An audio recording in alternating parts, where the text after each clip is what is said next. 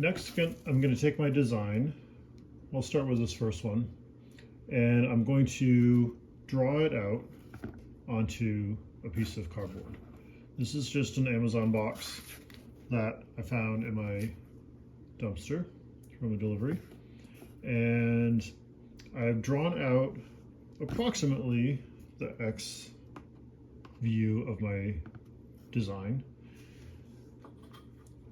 I'm just doing this fairly rough. If you want to translate it exactly, you could grid it out, or you could project it, or just be more careful with how you draw it out.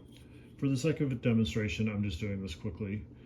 And I want to draw it about a foot tall. In this case, excuse me, my freehand drawing of it came out to be 13 inches tall, just over a foot. So that looks like it's pretty good for this assignment. You want to think a little bit about the direction of your corrugation in your cardboard. Notice that the corrugation, or the cardboard, has all these lines that are going vertically right here. The strength of the corrugation is in the length of it going this way. It doesn't matter a whole lot for this assignment, and you can see that because of the way this box was designed, I have these seam lines that go across the corrugation, which actually weaken it quite a bit. I'm going to be putting a second piece of cardboard going in this direction for the Y part of my drawing, or the side view, so that will help strengthen it. So I'm not too concerned right now. I could also have turned this with a corrugation going across it, but notice that this bends a lot more easily going across. And so in this case, like I said, it doesn't really matter that much, but you do want to think about what direction your corrugation is going in. I always recommend cutting out cardboard with an X-Acto knife or utility knife, box cutter, that kind of thing. In this case, at the moment that I'm doing this demo video, I'm just in my living room and I actually don't have a cutting mat set up. So I'm not going to cut this with a knife on my living room floor. So I'm just going to use a pair of scissors and it should work fine. Again, this is just a rough cutout. I'm not too concerned with it being really precise.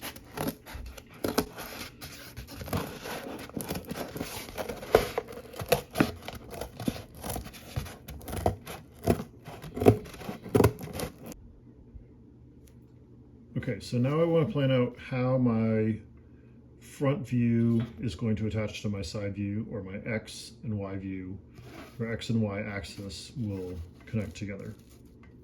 So I want to make sure that they're the same height. So I don't know if you can see with the contrast in this video, but I've drawn a vertical line right down the middle of this first cutout that I made.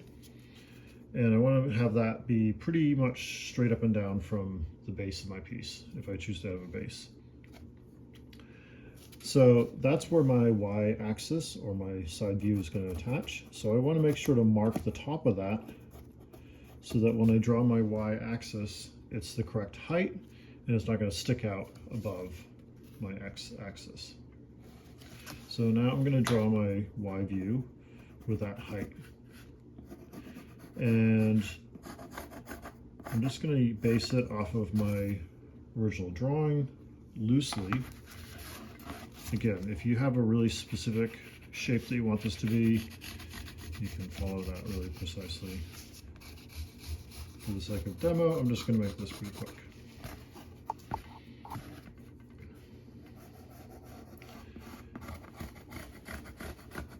This does not have to be symmetrical. Doesn't have to be the same left to right. And you can see that I haven't drawn the base of it symmetrically. That just means that in my design, it's going to bulge out a little bit further on one side than on the other. And that should be fine. Something approximately like that. Now I'm going to draw my line right down the middle of this, nice and vertically. So I just want to sort of center that in the space as much as possible. Again, it's not symmetrical, so I'm just going to eyeball approximately a center line, not worrying too much about it. Next, I'll cut this one out.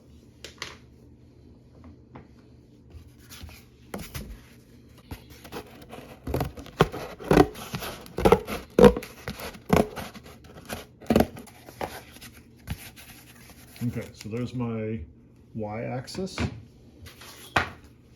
and here's my x-axis. And so these are going to go perpendicular to each other. And next I want to notch them out so they actually fit together, right down the line that I've drawn, down the middle. So I'm going to have to do a little measurement now. So I'm going to measure how tall this piece is. And let's see. Like I said, it's just about 13, it's not quite 13 inches. So I want a halfway mark, so I can just do half of 13. It's going to be 6.5. So I'll just mark this. This, again, doesn't have to be precise. We're going to be putting this together with hot glue. And hot glue is pretty forgiving, pretty good at filling a gap or a hole. So if I'm off a little bit on this measurement, it won't matter too much. So I'm going to measure 6.5 on both of these. And then I'm just going to make a decision. I'll cut a notch going down to that point here, and a notch going up on this one. So in the instructions for the project, it says to make sure to take into account the thickness of the material. So you'll notice that this corrugated cardboard is pretty thin. Depending on what particular material you have, it might be slightly thicker. And so I need to actually cut out, remove a little bit of material on each of these so that when they slide together, they're going to notch together kind of like this, right?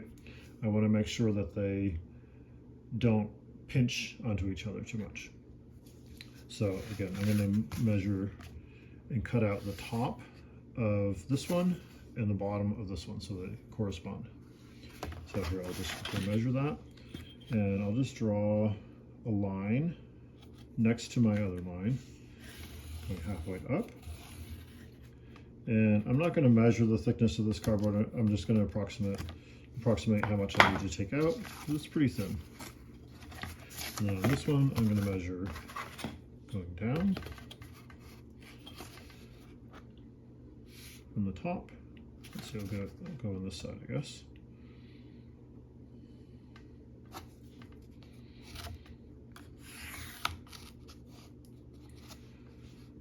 So then, again, this would be actually a lot easier to do with a knife because I could just line my ruler up and slice either side of that line. Again, if I make it a little bit too wide, hot glue is really good at filling it. So I've taken out that little bit and I'm just going to peel that out. And then opposite for this one.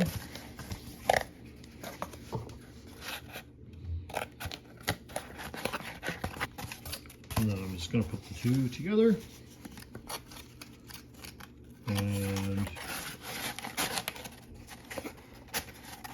if I've measured and cut it really carefully, these should fit pretty well. So now I've got my X and Y axis, my front and side view. Okay, and you can see how I would like those to be perpendicular to each other. So I've got my front and side view. Now this will stand up and it's something three-dimensional. Once I'm happy with it and I'm all set, I can just glue each of these seams with some hot glue.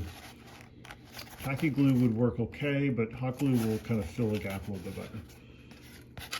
So next step is to start thinking about the Z-axis, which is more going across the form horizontally.